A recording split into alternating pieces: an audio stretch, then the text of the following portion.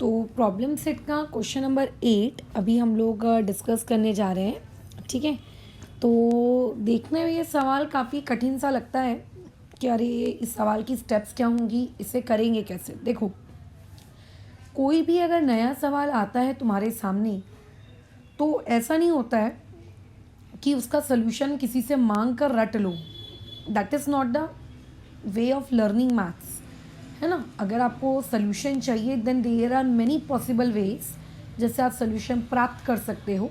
अच्छा हाँ, सामने वाला क्या बोल रहा है उसे समझ सकते हो, बट जो एक स्किल होती ना कि ये सवाल सामने वाले को जब बन गया तो मुझको भी बनना चाहिए खुद से, बिना किसी एक्सटर्नल एजेंसी की हेल्प के, वो स्किल एक्वायर करनी पड़ती है विथ प्रैक्टिस।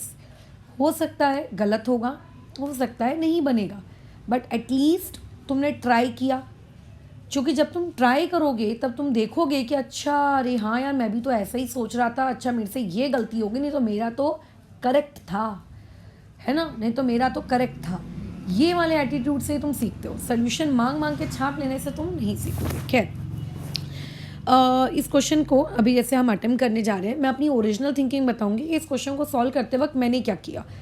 ऐसा नहीं है कि मेरे को चैप्टर रटा हुआ है, ठीक है। हर साल ये चैप्टर अंकित पढ़ाते हैं बैचेस से, मैं तो खैर पहली बार ये चैप्टर पढ़ा रही हूँ, राइट। तो ऐसा नहीं कि मेरे को ये बुक रटी हुई है। और दूसरी बात, सवाल नए होंगे, तुम्हारी बुक में अलग, आईसीएसई बोर्ड्स के इसमें अलग, सीबीएसई बोर्ड्स के इसमें अलग। तो सवालों को रटना इज़ नॉट अ सोल्यूशन। आपको स्किल डेवलप करनी चाहिए, सोचना चाहिए कि क्या कर सकते हैं और क्या नहीं कर सकते। ज़्यादा से ज़्यादा क्या होगा, गलत होगा, इनकम्प्लीट होगा, क्या होगा, कुछ नहीं होगा। क्लिकिंग, अगर जब मान लेते तुम्हें उसका सोल्यूशन पता चल गया और बाद में तुम्हें रियलाइज़ हो अरे यार मेरा तो यहाँ तक सही था, बस मेरे को एक स्टेप और करनी थी फिर मेरा आ जाता, तो वो सेंस ही तुम्हें आगे डेवलप करेगी। बट अगर तुम ट्राई ही नहीं करोगे, नहीं नहीं नहीं मैडम ये तो बनेगा ही नहीं, ये तो ज्योमेट्री है, ज्योमेट्री है, तो भैया आप बैठे रहो, फिर सोल्यूशन ले लो, क्या कर सकते हैं। और खैर चलो, सबसे पहले गिवन लिखते हैं। कंस्ट्रक्शन की नीड इस पर्टिकुलर क्वेश्चन में नहीं है, क्योंकि इस क्वेश्चन में कंस्ट्रक्शन वो dot dot dot dot dot dot वाला आपको ऑलरेडी करके उसने दिया है। तो प्रॉपरली लिख लेते हैं कि हमारे पास एक हमारा ट्राइंगल है जिसका नाम है ABC। इस ट्राइंगल ABC में जो सेग AD है वो परपेंडिकुलर हो जाएगा किसके, सेग BC के। साथ ही साथ बोला है कि जो आपका AE है वो AE उस एंगल का बाइसेक्टर है। तुमको मैं 50 बार बोली हूँ कि जब भी तुमको ऐसा दिखे कि अच्छा ये फलाना चीज़ उस पर्टिकुलर चीज़ की बाइसेक्टर है, तो आप हमेशा लिख लो कि ये एंगल इक्वल टू ये वाला एंगल और बड़े वाले एंगल का बाई 2। क्यों नहीं लिखते हो बताओ, है ना। तो अब यहाँ आते हैं नेक्स्ट में, टू प्रूव की तरफ बढ़ते हैं। तो ये हो जाएगा angle DAE equal to half times of angle C minus angle B। खैर, अभी देखो, मैं इस पर्टिकुलर क्वेश्चन को प्रूव करने के लिए कुछ एंगल्स को नाम दे रही हूँ, ठीक है, वो ध्यान से देखना। जैसे इस एंगल को मैंने नाम दे दिया 1, इस बाजू वाले को मैंने नाम दे दिया 2। क्यों दे रहे हो मैडम? अरे इसीलिए दे रही हूँ ताकि कंप्लीट एंगल का नाम लिखने के चक्कर में कहीं मेरे से कोई गलती ना हो जाए। जब आप 1 2 3 ऐसे नाम दे देते हो ना तो आपका बहुत सारा प्रेशर तो वैसे ही खत्म हो जाता है कि अच्छा ABC CAB ये सब लिखने का। फाइनल आंसर आने के बाद हम लोग कर लेंगे ना, उसको रीसब्स्टिट्यूट कर लेंगे, ठीक है। कोई इंसान इस तरीके को या इस मेथड को गलत नहीं कह सकता। जो कहता है भैया वो बड़ा गधा है। आप किसी भी डायग्राम में किसी भी चीज़ को क्या कर सकते हो, इस तरीके से अज्यूम कर सकते हो कि मान लो इसका नाम X, इसका नाम Y।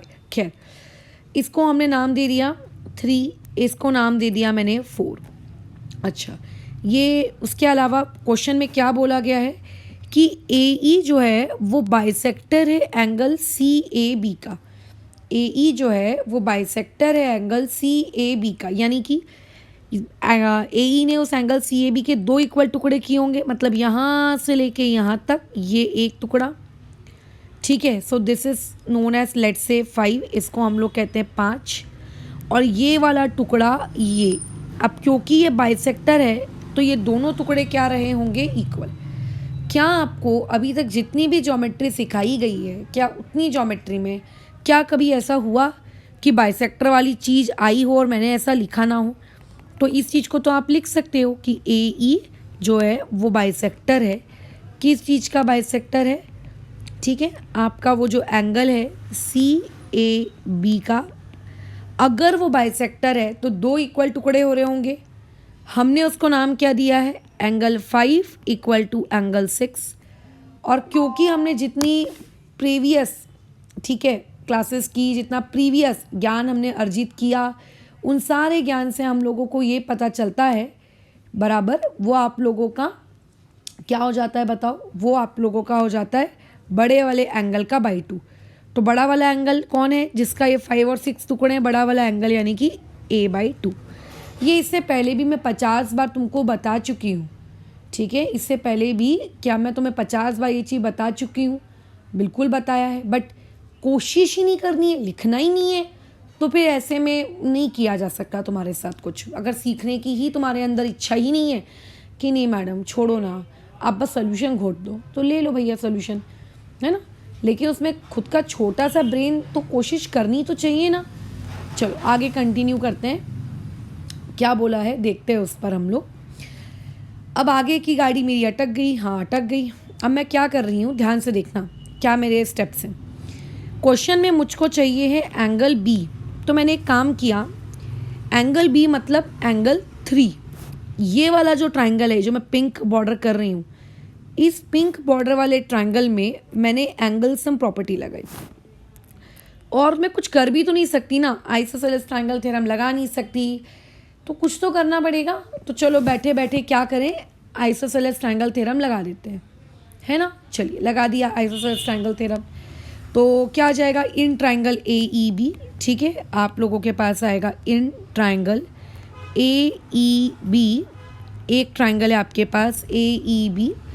उस ट्राइंगल AEB में अगर मैं क्या करूँगी बताओ आप लोगों का, अगर एंगल सम प्रॉपर्टी लगाती हूँ, ठीक है, अच्छा ठीक है, तो क्या हो जाएगा बताओ आप लोगों का?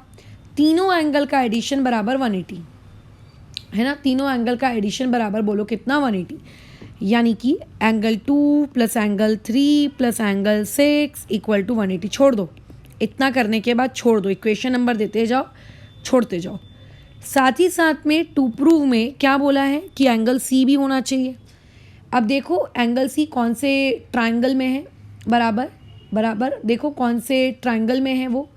अच्छा, एंगल C यानी कि ऊपर का ट्राइंगल, इसको मैं ग्रीन कलर से मार्क कर रही हूँ। ये हो गया ग्रीन कलर, ये हो गया ग्रीन, और ये हो गया ग्रीन कलर, ठीक है ना। अच्छा ठीक है, हो गया, ओके। अब इस ग्रीन वाले ट्राइंगल में क्या लगा देंगे हम लोग? अच्छा, अगेन एंगल सम प्रॉपर्टी, तो लिख देते हैं कि हमारे पास जो ट्राइंगल है आप लोगों का ADC। अच्छा मैं ऊपर रीज़न लिखना भूल गई हूँ, सॉरी, उसको लिख लेना, ठीक है। Bye angle sum property, proper तरीके से हम लोगों ने यहाँ पे रीज़न लिखा। तीनों एंगल का एडिशन बराबर 180। तो तीन एंगल कौन से हैं? एक है 4। अच्छा अब ध्यान देना, रुको रुको रुको रुको रुको रुको रुको रुको रुको रुको रुको। अच्छा ADC में नहीं लगाते, ADC में नहीं लगाते, गलत हो जाएगा, इसमें लगाते हैं। ये ADE में लगाते हैं, इसमें इसमें ये इसमें लगाते हैं, AEC में लगाते हैं, AEC में, AEC।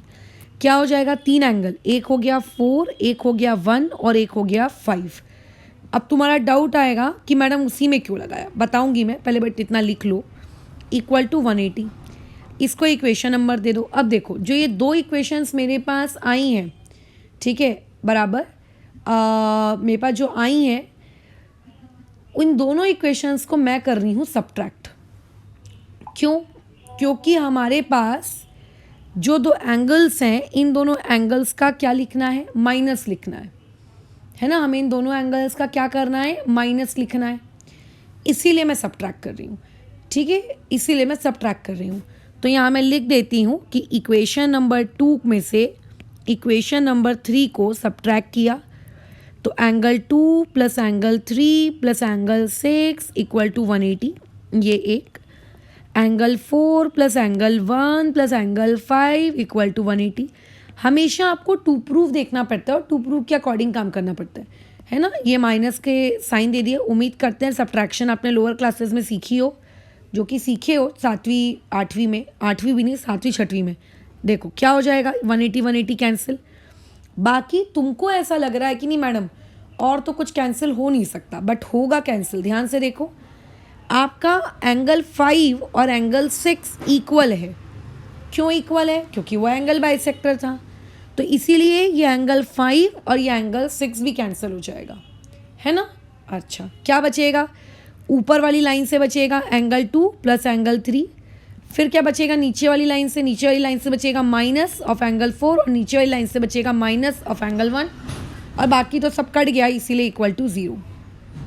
अब अगर तुम ध्यान से देखो तो हम लोगों ने डायग्राम में एंगल 3 किसको कहा था? बी फॉर बॉल को, और एंगल 4 किसे कहा था? सी फॉर कैट को, है ना। तो बी फॉर बॉल को मैं क्या लिख सकती हूँ? एंगल 3। तो जहाँ पर मेरे पास एंगल 3 है वहाँ पे मैं लिख देती हूँ बॉल, जहाँ पे मेरे पास एंगल 4 है वहाँ पे लिख देती हूँ मैं C, minus of angle 1 equal to 0। अब आप अपने टू प्रूव को देखिए, आपके टू प्रूव में क्या बोला जा रहा था कि angle C minus angle B होना चाहिए, ठीक है ना। कर लेते हैं, ये माइनस सी को यहाँ ले आओ और इस प्लस बी को यहाँ ले आओ, तो क्या हो जाएगा? लेफ्ट साइड में बचेगा angle 2 minus angle 1, right side में जाके हो जाएगा angle C minus angle B. यही चाहिए था हमें हमारे टू प्रूव में। हाँ मैडम, यही चाहिए था, angle C minus angle B चाहिए था। क्या हमें मिल गया? बिल्कुल मिल गया।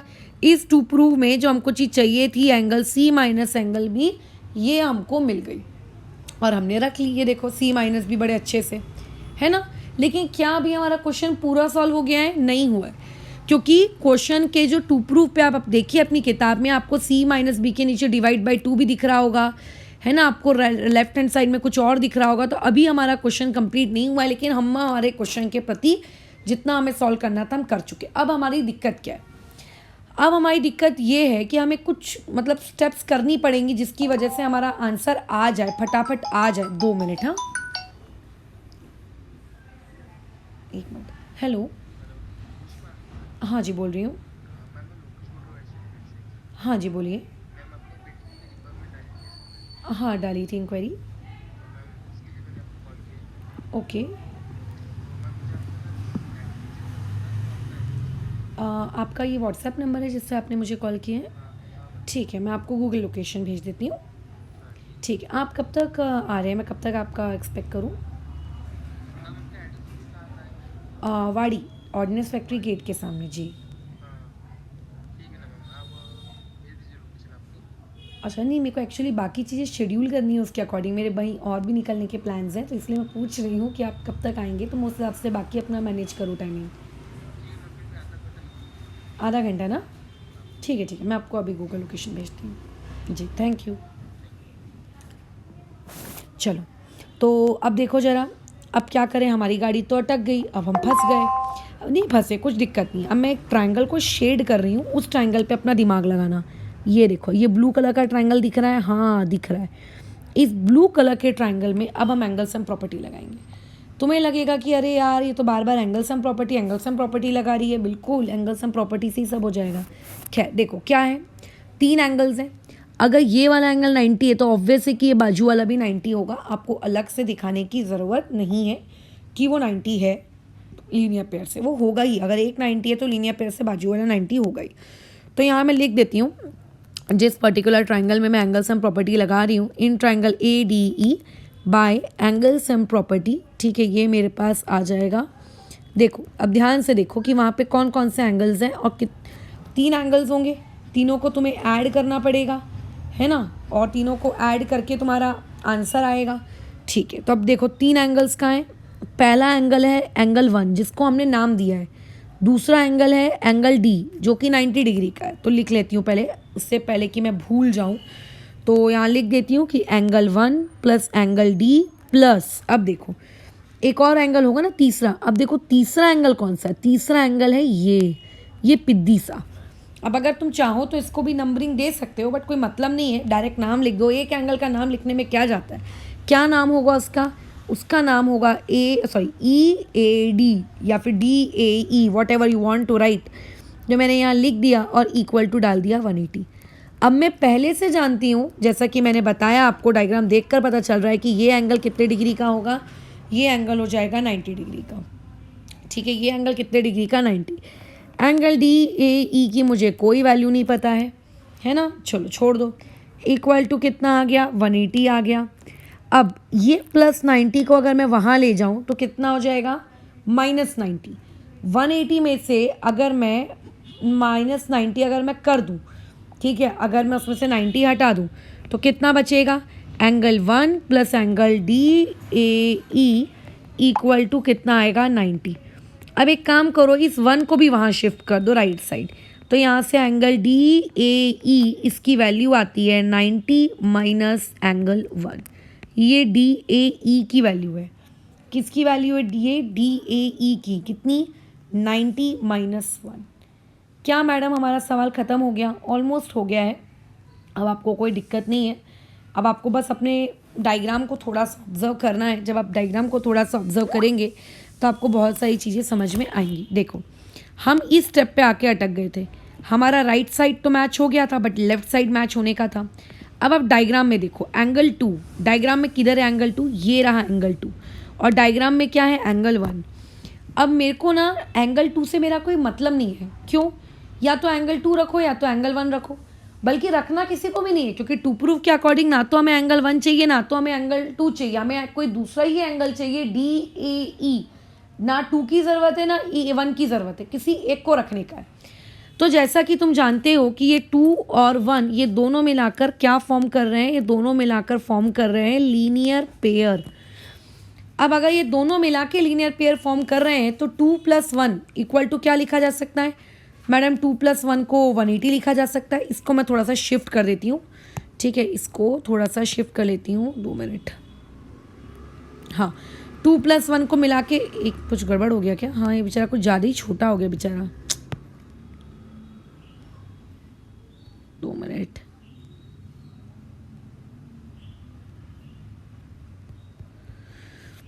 टू + 1 कुछ ज़्यादा ही मतलब 180 आप उसको लिख सकते हो, तो मैं यहाँ लिख सकती हूँ कि एंगल 2 + एंगल 1 इक्वल टू 180।